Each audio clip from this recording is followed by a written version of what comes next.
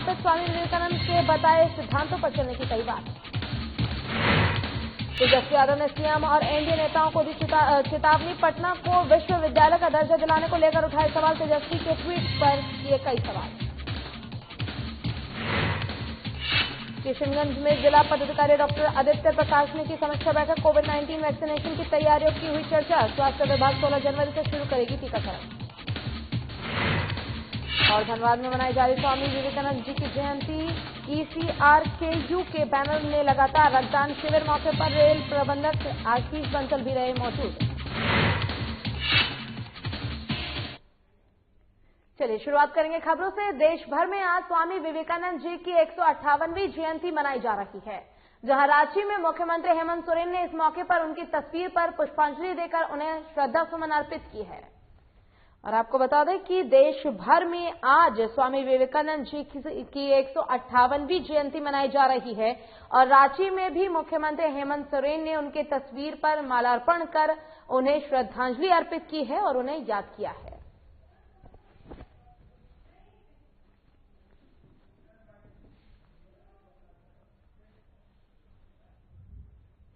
और तेजस्वी यादव ने सुबह सुबह सीएम नीतीश कुमार और एनडीए नेताओं को चुनौती दे डाली। यही नहीं, तेजस्वी ने डबल इंजन की सरकार से लेकर केंद्र मंत्रियों तक को चुनौती दे डाली है। तेजस्वी यादव ने ट्वीट कर कहा है कि बिहार की डबल इंजन सरकार एनडीए के अनेक दलों, एनडीए के 40 में से 39 लोकसभा सांसदों, 9 राज्यसभा सांसदों, बिहार से केंद्र में आधा दर्जन मंत्रियों, 2 उप मुख्यमंत्री और मुख्यमंत्री की क्या इतनी नैतिक और राजनीतिक औकात है कि पटना यूनिवर्सिटी को केंद्र विश्वविद्यालय का दर्जा दिला सके। आपको बता दें कि अक्टूबर 2017 में पीएम नरेंद्र मोदी पटना विश्वविद्यालय के शताब्दी समारोह में शामिल हुए थे। विश्वविद्यालय की जमकर तारीफ की थी इस दौरान और सीएम नीतीश कुमार ने पीएम मोदी से केंद्र विश्वविद्यालय का दर्जा दिलाने की मांग की थी, लेकिन आज तक ये मांग पूरी नहीं हो पाई है। सीएम नीतीश कुमार कई बार कह चुके हैं कि दर्जा मिलने से पटना विश्वविद्यालय की प्रतिष्ठा और बढ़ेगी, लेकिन आज तक कुछ नहीं हुआ है, जिसको लेकर विपक्ष लगातार एनडीए सरकार पर सवाल उठाता रहा है। बिहार के विशेष राज्य का दर्जा भी नहीं मिलने पर विपक्ष सवाल उठाते रहा है।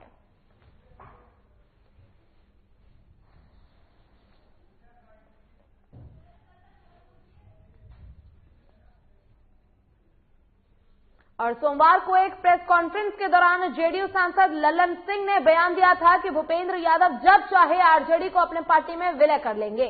ललन सिंह के बयान के बाद आरजेडी ने अपने ऑफिशियल ट्विटर हैंडल से ट्वीट किया है, ये जीजा जी की नहीं समर्पित कार्यकर्ताओं की पार्टी है। अरुणाचल प्रदेश में किसकी पार्टी का किसने विलय किया है? आरजेडी के इस ट्वीट के बाद बिहार में राजनीतिक बयानबाजी तेज हो गई है। आपको बता दें कि बीजेपी प्रवक्ता डॉक्टर निखिल आनंद ने कहा है कि ऐश्वर्या से विवाह के बाद तेज प्रताप को जीजा बनने का गर्व क्या आरजेडी परिवार को इतना है कि समाज की बहनों का सम्मान भी भूल गए हैं। पार्टी के आधिकारिक ट्विटर हैंडल से घटिया बयान जारी करते वक्त क्या समाज की बहनों और बेटियों के प्रति रुद्र और दरिद्र कुठित मनोभाव प्रदर्शित नहीं किया गया है? ऑफिशियल ट्विटर हैंडल से ये ट्वीट किया गया है कि ये जीजा जी की पार्टी नहीं है, ये समर्पित कार्यकर्ताओं की पार्टी है। आश्चर्य होता है, इस तरह का घटिया ट्वीट आरजेडी ने ऑफिशियल ट्विटर हैंडल से किया है। ये रिश्तों को भी राजनीति के लिए इतना नीचे गिरा रहे हैं और फिर ऐश्वर्या से विवाह करके तेज प्रताप को जीजा बनाने का जो गर्व इनके माथे पर इतना चढ़ गया कि समाज में बहन बेटियों को भी अपमानित करने लगे। यह राष्ट्रीय जनता दल की क्षुद्र, दरिद्र और घटिया मानसिकता का परिचायक है। और झारखंड के मुख्यमंत्री हेमंत सोरेन ने महामहिम राज्यपाल द्रौपदी मुर्मू से मुलाकात की। हालांकि सीएम के राज्यपाल से इस मुलाकात को आधिकारिक रूप से शिष्टाचार मुलाकात बताया जा रहा है, लेकिन यह मुलाकात ऐसे वक्त पे हुई है जब राज्य में हो रही दुष्कर्म के मामले में लगातार बढ़ोतरी हो रही है। रांची के ओरमांझी की घटना को लेकर बीजेपी महिला मोर्चा लगातार विरोध प्रदर्शन कर रही है और घटना पर सीबीआई जांच की मांग भी कर रही है। ऐसे में मुख्यमंत्री और राज्यपाल की मुलाकात के कई मायने निकाले जा रहे हैं।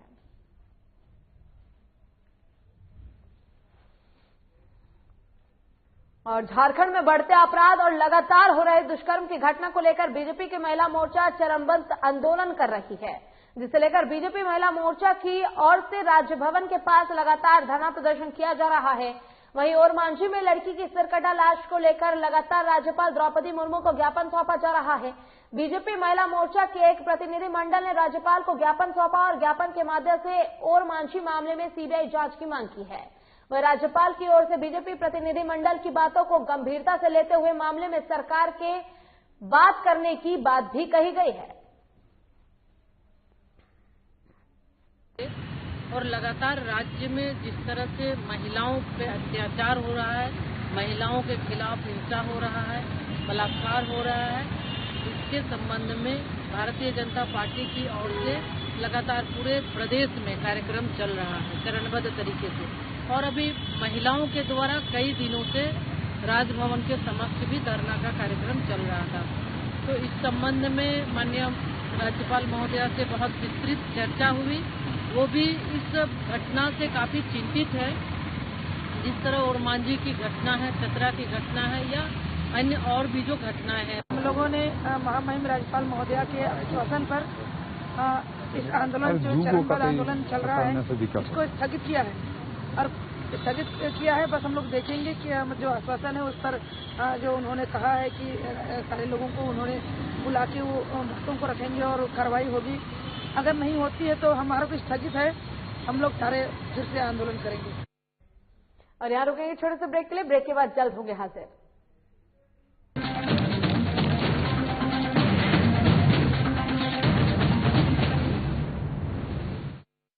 मैं हेमंत सोरेन सत्यनिष्ठा से प्रतिज्ञान करता हूं कि मैं विधि द्वारा स्थापित भारत के संविधान के प्रति सच्ची श्रद्धा और निष्ठा रखूंगा। शपथ ग्रहण के कुछ घंटे बाद ही मंत्रिपरिषद की बैठक और जिस पत्थलगड़ी ने राज्य को अशांत कर रखा था उसका समाधान हुआ। हजारों ग्रामीणों पर दर्ज प्राथमिकी वापस लेने का आदेश जारी। महिलाओं के खिलाफ हुए अपराध की त्वरित सुनवाई के लिए 22 फास्ट ट्रैक कोर्ट के गठन को मंजूरी। गरीबों के असाध्य रोगों के बेहतर इलाज हेतु 5 लाख तक की सरकारी मदद को अमली जामा पहनाया गया। जरूरतमंदों को भोजन उपलब्ध कराने के लिए 6,595 मुख्यमंत्री दीदी किचन, मुख्यमंत्री विशेष किचन, 1300 दाल भात केंद्र, राज्य भर के अस्पतालों में isolation ward, Covid ward, oxygen युक्त बेड, आईसीयू, वेंटिलेटर और संक्रमण के जांच की व्यवस्था हुई। अब जरूरत थी प्रवासी श्रमिकों को वापस लाने की। देश में सबसे पहले यहीं से पहल हुई और 484 श्रमिक एयरलिफ्ट 8.50 लाख श्रमिक भाइयों को श्रमिक स्पेशल ट्रेन से वापस लाया गया। 25 करोड़ मानव दिवस का सृजन एवं 20,000 करोड़ पारिश्रमिक देने के लक्ष्य के साथ योजना लागू की गई। श्रमिकों की मेहनत को सम्मान प्राप्ति के लिए बीआरओ से एमओयू हुआ और देश की सीमा पर सड़क निर्माण में संलग्न हुए। झारखंड की भावना को प्रतिबिंबित करने वाले राज्य के नए प्रतीक चिन्ह का अनावरण हुआ। महिला सशक्तिकरण की दिशा में फूलो झानो आशीर्वाद योजना के जरिए शराब हड़िया के निर्माण और बिक्री में शामिल महिलाएं अपने जीवन में बदलाव की प्रेरक कहानियां कर रही हैं। 26,000 सखी मंडल की बहनों को बैंक लिंकेज के माध्यम से 370 करोड़ एवं 111 कुशल नर्स को देश के बड़े अस्पतालों में नियुक्त किया गया। इस कड़ी को और सशक्त करते हुए 22 युवतियों को कपड़ा उद्योग में नौकरी दी गई। खेल के क्षेत्र में विश्व भर में परचम लहराने वाले झारखंड को 20 साल बाद 24 जिला खेल पदाधिकारी मिले, उनकी नियुक्ति सुनिश्चित हुई।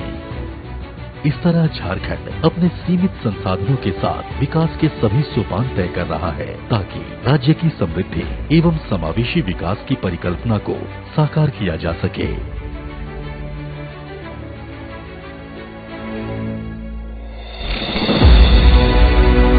आइए साथ चलें नए झारखंड की राह।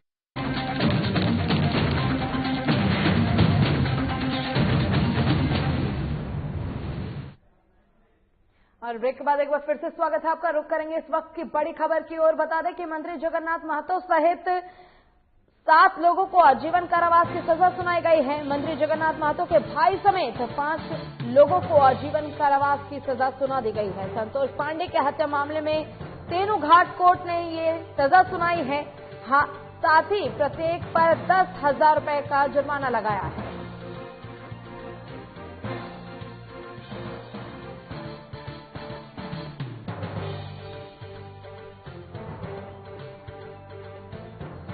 मंत्री जगन्नाथ महतो के भाई समेत 7 लोगों पर आजीवन कारावास की सजा सुना दी गई है। संतोष पांडे के हत्या मामले में तेनूघाट कोर्ट ने ये सुनवाई की है और साथ ही प्रत्येक पर 10,000 रुपए का जुर्माना भी कोर्ट द्वारा लगाया गया है।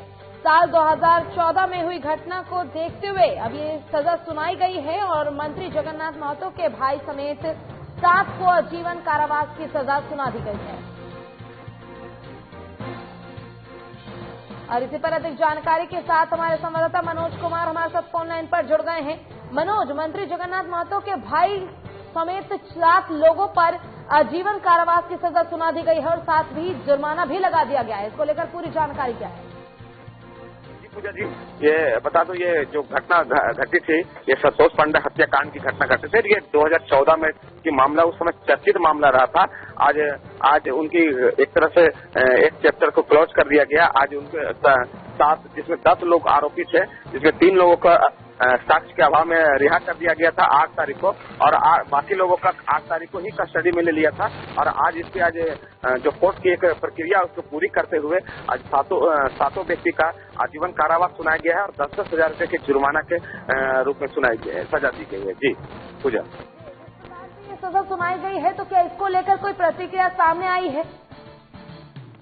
अभी प्रक्रिया यही हुई कि अभी जब हमसे बात हुई तो उसमें लोग जो है कि इसमें हाई कोर्ट में अपील करने की भी बात सामने आ रही है कि हाई कोर्ट में अपील भी कर रहे हैं। अब रही बात कि न्याय की मामला है, न्याय की मामले में जिस तरह से जो आगे की जो प्रक्रिया है वो अभी कुछ दिन जारी भी रह सकती है। इसमें अभी जब तक अपील नहीं हो जाती है तब तक आगे कहना भी मुश्किल है, इसलिए ये सुनने को मिल रही है अभी ये लोग अपील में जा सकते हैं। जी आपसे ये भी जानना चाहेंगे कि संतोष पांडे के हत्या के मामले में ये सजा सुनाई गई है तो आखिर पूरा मामला क्या था जिसके कारण 2014 का केस अब 2021 में जाके सुलटा है?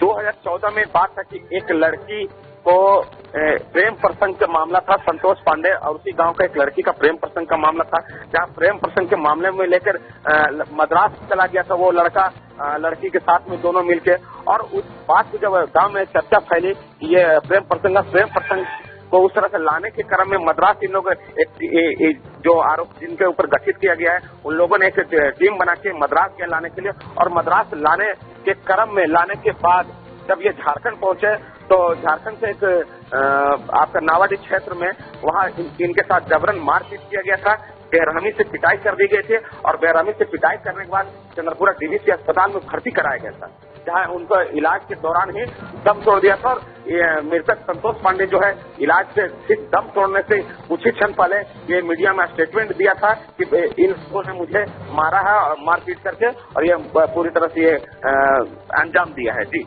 बहुत बहुत शुक्रिया आपका तमाम जानकारी के लिए। और आपको बता दें कि मंत्री जगन्नाथ महतो के भाई समेत 7 लोगों को आजीवन कारावास की सजा सुना दी गई है और तेनूघाट कोर्ट ने ये सजा सुनाई है। चलिए खबरों में बढ़ेंगे आगे। किशनगंज जिला पदाधिकारी डॉक्टर आदित्य प्रकाश की अध्यक्षता में समीक्षा बैठक की गई। ये बैठक जिला टास्क फोर्स के साथ आयोजित की गई, जहां स्वास्थ्य विभाग द्वारा 16 जनवरी से शुरू होने वाले कोविड-19 वैक्सीनेशन की तैयारियों से संबंधित चर्चा की गई। जिला में फर्स्ट फेज के लिए 4 सरकारी और 1 प्राइवेट केंद्र बनाए गए हैं। पहले दिन हर एक केंद्र पर 100 निबंधित स्वास्थ्य केयर वर्कर को टीका लगाया जाएगा। प्रखंड स्तर पर की गई तैयारियों को लेकर जिला स्वास्थ्य अधिकारियों को जिलाधिकारी ने निर्देशित किया है। और आपको बता दें कि कोविड-19 के वैक्सीन को लेकर लगातार तैयारियां जो हैं उसकी समीक्षा की जा रही है और लगातार ये देखा जा रहा है कि जो कोविड वैक्सीन है उसको लेकर 4 सेंटर बनाए गए हैं, जिसमें 3 सरकारी होंगे और 1 प्राइवेट सेंटर होगा और उसमें 100 लोग ही आ सकते हैं एक बार में, जो कि कोरोना का टीका लेंगे और उन्हें कोरोना का टीका उपलब्ध कराया जाएगा। और यहां रुकेंगे छोटे से ब्रेक के लिए। ब्रेक के बाद जल्द होंगे हाजिर।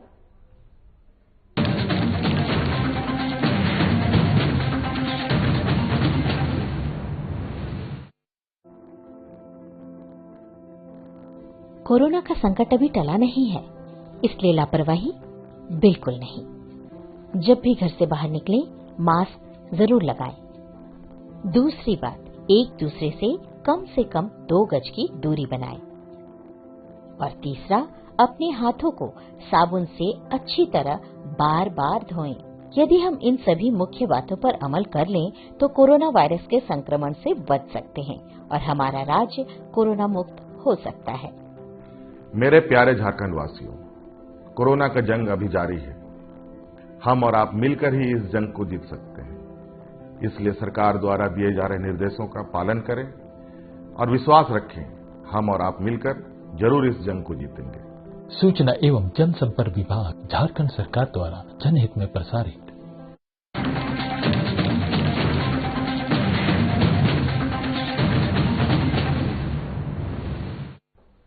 और ब्रेक के बाद एक बार फिर से स्वागत है आपका। रुख करेंगे खबरों की ओर और बात करेंगे धनबाद की, जहां ईस्टर्न सेंट्रल रेलवे कर्मचारी यूनियन यानी ECRKU के बैनर तले धनबाद रेल मंडल के यूनियन कार्यालय सहित कई जगहों पर स्वामी विवेकानंद जयंती मनाई गई, जहां मौके पर रक्तदान शिविर का आयोजन किया गया, जिसमें रेल कर्मी और अन्य लोगों ने स्वेच्छा से रक्तदान किया।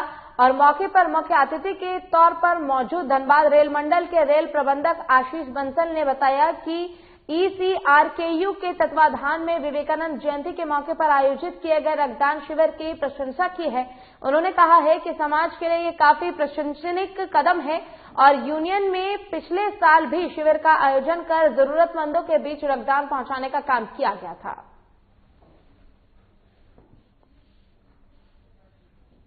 जयंती मनाई जा रही है जो नेशनल यूथ डे के नाम से सेलिब्रेट किया जाता है 1984 से। तो ECRKU ने जो हमारी ये यूनियन है, मजदूर यूनियन है, इन्होंने आज ये ब्लड डोनेशन कैंप का आयोजन किया हुआ है। अभी पांडे जी ने मुझे बताया कि पिछले साल भी इन्होंने इस तरह का आयोजन किया था। 60 से ज्यादा लोगों ने यहाँ पे रक्तदान दिया था और बाकी जगह पे भी, मंडल में बाकी जगह में भी जहाँ पे रक्त को स्टोर करने की वो क्षमता है, वहाँ पे ये सब जगह ब्लड डोनेशन का कार्य करते हैं। बहुत ही प्रशंसनीय और बहुत ही उल्लेखनीय कार्य किया जा रहा है इनके द्वारा।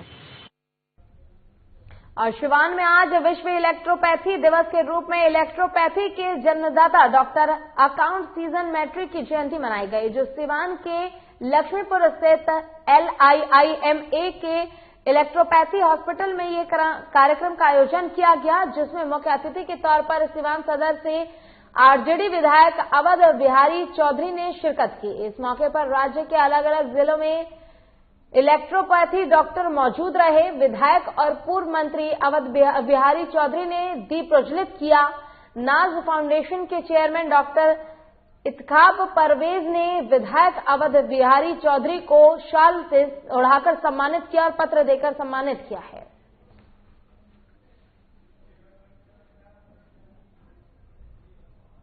डॉक्टर काउंट सीजर मैटी का 212वां जयंती समारोह का आयोजन किया गया है। इलेक्ट्रो होम्योपैथी का जो जनक हैं काउंट सीजर मैटी, उन्हीं का जन्म दिवस मनाया जा रहा है। अभी जागरूकता इतना बढ़ चुका है कि लोग एलोपैथ की हानि का जो दुष्परिणाम है उसको समझ चुका है जनता, और आम जनमानस की सही चिकित्सा होम्योपैथ से ही की जा सकती है। विश्व इलेक्ट्रोपैथी दिवस मनाने का आज दिन है।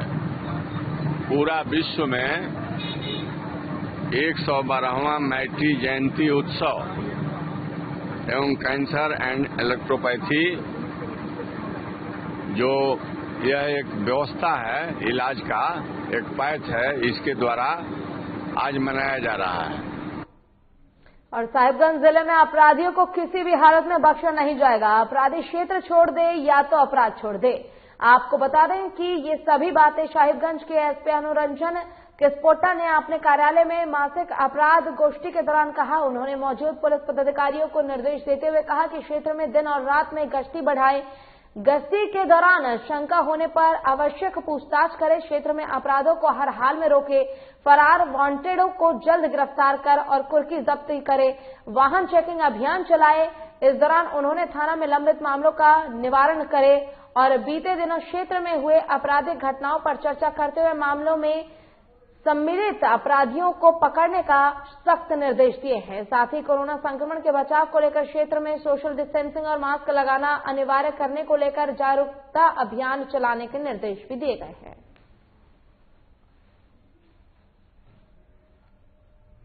और मोतिहारी में बढ़ते अपराध को लेकर एसपी नवीन चंद्र झा ने सभी एसडीपीओ इंस्पेक्टर के साथ अलग अलग मामले की समीक्षा की, जिसमें 266 केस काफी गंभीर पाए गए। साथ ही पुराने 601 केस का निवारण किया गया। कर रहे हैं और मुख्यालय से जो भी समय समय पर दिशा निर्देश प्राप्त होता है उसके अनुरूप कांडों की समीक्षा की गई मेरे द्वारा और सभी एसडीपीओ के द्वारा और इंस्पेक्टर के द्वारा, जहां पे ज्यादा केसेस लंबित हैं जिन थानों में, तो उसका परिणाम बड़ा अच्छा हुआ है। दिसंबर में उन समीक्षाओं के कारण जो एसआर केसेस होते हैं, गंभीर किस्म के अपराधों से संबंधित केसेस, वो 266 रिपोर्टेड थे, लेकिन उनका निष्पादन जो पुराने केसेस थे वो 601 उसके बदले में उन्होंने निष्पादन किया। ये बहुत बड़ी। और अगली खबर कटिहार से है, जहां कोढ़ा प्रखंड से एक ऐसा वीडियो सामने आया है जो सरकारी कार्यालय में बिचौलियावाद को सामने लेकर आया है। आपको बता दें कि फुलवरिया तहसील कार्यालय के इस वीडियो में स्थानीय कोढ़ा प्रखंड के क्षेत्र के जिला पार्षद सदस्य वकील दास एक शख्स को कार्यालय से धक्के मारकर निकाल रहे हैं। आरोप यह है कि रविंद्र कुमार बिचौलियावाद करते हुए इस कार्यालय में बैठकर अवैध वसूली कर रहे थे, जिस पर शिकायत मिलने पर जिला पार्षद ने रविंद्र कुमार को कार्यालय से धक्के मारकर निकाल दिया है। कौन है? कौन? किसने रखा है तुमको? बात करो जी, बात कीजिए। चुप रहिए, पड़े यहाँ से बात कीजिए। बात कीजिए, कौन है अभी? तो अब खड़ा रहिए, खड़ा रहिए, खड़ा रहिए, खड़ा रहिए। देखिए हमने पूरा जवाब रखिएगा, खड़ा रहिए ललित बाबू। और कटिहार के उदामार हिरका के किसान इन दिनों काफी परेशान हैं। जहां किसान के लिए गोभी की फसल काफी लाभदायक हुआ करती थी, वहीं अब किसान इसी गोभी की खेती पर अपनी किस्मत पर रो रहे हैं। स्थानीय युवा किसान त्रिभुवन सिंह कहते हैं कि लगभग हजारों एकड़ जमीन पर किसानों ने गोभी की खेती की है और गोभी के लगाने से लेकर मजदूर खर्च और बाजारों तक पहुंचाने में किसानों को काफी खर्चा होता है। लेकिन बाजारों में 1 रुपए किलो इस गोभी की खरीदारी होने से किसान हताश और परेशान है। इसी को लेकर क्षेत्र के विधायक सह बिहार के उप मुख्यमंत्री तारकिशोर प्रसाद से किसानों ने मांग की है कि किसानों को मुआवजा मिले। वहीं दूसरी तरफ किसान अवधेश कुमार ने बताया कि उन्हें जो खेती के लिए लागत लगाई थी वो भी मिलना मुश्किल है। इसी के साथ महिला किसान ने कहा है कि सरकार उनके मुआवजे के लिए साथे जिससे कर्ज लेकर जो खेती की गई थी उससे वो अपनी बच्चों की शिक्षा और बेटियों की शादी कर सके, जो सपना अब तक अधूरा रहा है। तो लोग निसहार हो गया किसान जो है, इस संबंध में जो है सरकार इस पर स्टेप लें और इसको भरण पोषण कुछ मुआवजा दे किसान को, जो किसान कुछ जीवित हो। आप कितना खेती किए थे? हम 2 बीघा खेती किए थे गोभी का, और जो है मेरा पूंजी भी 60-70 हजार लागत था और 10,000 रुपया नहीं उठा, और इसीलिए जोत रहे खेत। हाँ, कुछ खेत को जोतवा दिए। अब क्या करें, अब बिकता नहीं है बाजार में, इसलिए जो है किसान निसहार अब हो रहा है, हिम्मत टूट रहा है। हम लोग लगाए थे, यहाँ बहुत लंबा चौड़ा गांव है, वैशाली जिला से किसान सब आके यहाँ जमीन जायदाद खरीद के खेती कर रहा है। यहाँ 50 साल पहले यहाँ बालू उड़ता था। किसान का मेहनत है कि हरा सोना के रूप में उत्पन्न हो गया है गांव। हम लोग को भी लगाए थे बड़ा उम्मीद के साथ कि बाल बच्चा का लोग ब्याह करता है, इसी से सोना खरीद के देता है।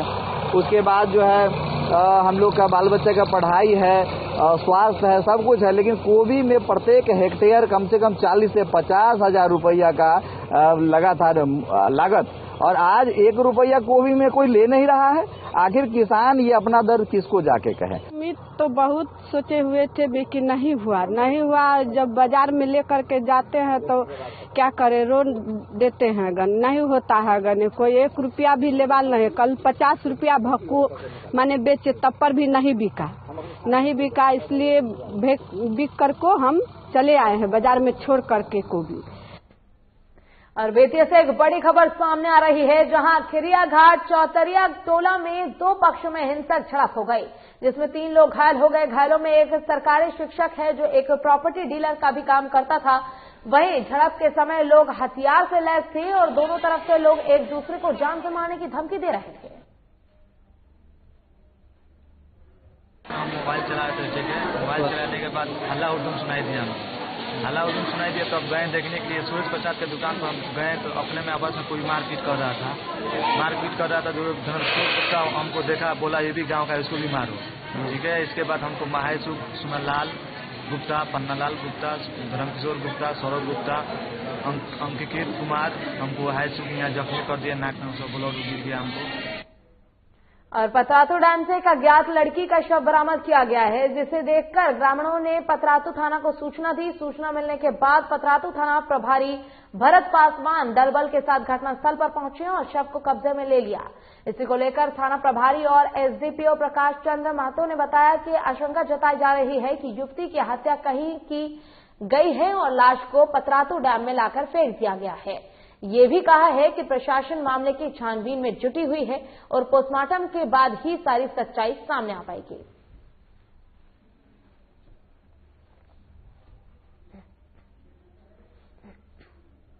और पूर्णिया जिलाधिकारी राहुल कुमार ने निर्माणाधीन पूर्णिया मेडिकल कॉलेज का निरीक्षण किया। बहरहाल इसका निर्माण कार्य प्रगति पर है।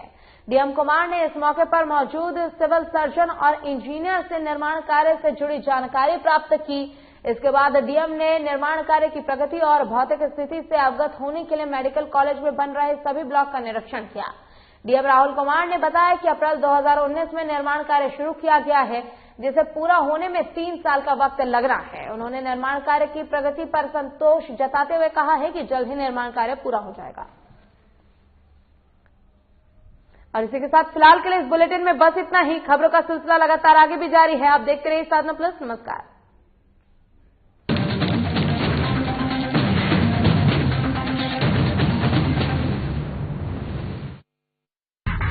ਸਾਲ 2020 ਕੋਰੋਨਾ ਵਾਇਰਸ ਮਹਾਮਾਰੀ ਨੇ ਆਪਣੇ ਪੈਰ ਪਸਾਰੇ ਤੇ ਲੋਕਾਂ ਦੀ ਜ਼ਿੰਦਗੀ ਨੂੰ ਪ੍ਰਭਾਵਿਤ ਕੀਤਾ, ਪਰ ਪੰਜਾਬ ਸਰਕਾਰ ਨੇ ਕੋਰੋਨਾ ਵਾਇਰਸ ਖਿਲਾਫ ਲੜਾਈ ਵਿੱਢੀ ਤੇ ਪੰਜਾਬੀਆਂ ਦੇ ਸਾਥ ਨਾਲ ਇਸ ਨੂੰ ਲੜਿਆ। ਹਸਪਤਾਲਾਂ 'ਚ 16,000 ਬੈੱਡਾਂ ਦਾ ਇੰਤਜ਼ਾਮ ਕੀਤਾ। ਸਾਰੇ ਜ਼ਿਲ੍ਹਿਆਂ 'ਚ ਆਕਸੀਜਨ